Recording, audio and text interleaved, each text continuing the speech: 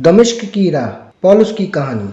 पवित्र बाइबल के अनुसार पौलुस परमेश्वर का एक सच्चा दास और सच्चा सेवक था। उसने बताया कि पवित्र आत्मा को कैसे पाए और लोगों को अन्य भाषाएं बोलना सिखाया। पौलुस, जिसका वास्तविक नाम शाऊल था, जो रोमी साम्राज्य में एक सेनापति के तौर पर नियुक्त था, उसने मसीह के स्वर्ग जाने के बाद यीशु के मानने वालों पर अत्याचार किया, यहाँ तक कि उनको घरों में से निकालकर उन्हें मार डालता था। एक दिन ऐसा हुआ, जितने भी यीशु को मानने वाले थे वो सब दमिश्क में छुपकर यीशु मसीह का प्रचार कर रहे थे और ये बात शाऊल को पता लगी और उसने रोमी राजा से दमिश्क जाके मसीहों को मारने की अनुमति ली और वो अपने सिपाहियों को साथ लेकर दमिश्क की ओर निकल गया।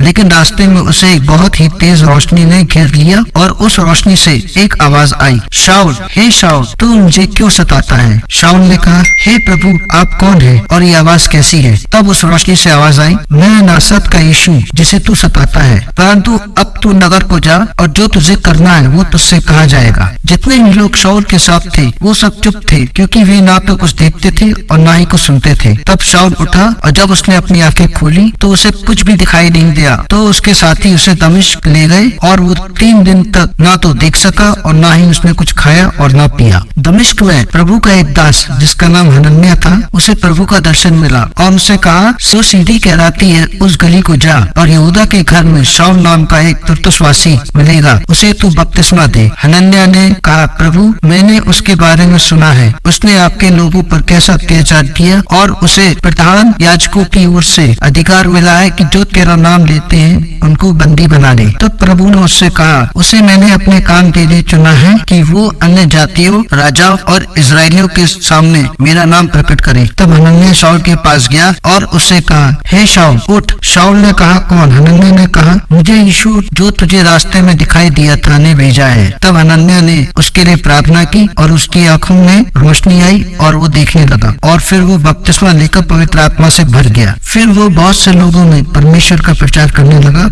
और अन्य अन्य भाषाओं के वरदान के बारे में बताने लगा और लोगों को प्रभु यीशु मसीह के बारे में बताता रहा। मेरे प्रिय भाइयों और बहनों, आपने देखा कि प्रभु यीशु मसीह कितना नर्म दिल है। उसने शाऊल जैसे व्यक्ति को, जो कि उसके लोगों पर अत्याचार करता था, उन्हें मारता था और उन्हें बंदी बना देता था, उस पर अपना अनुग्रह दिखाया। तो क्या वो हमारे साथ ऐसा ना करेगा? वो हमसे प्यार ना करेगा?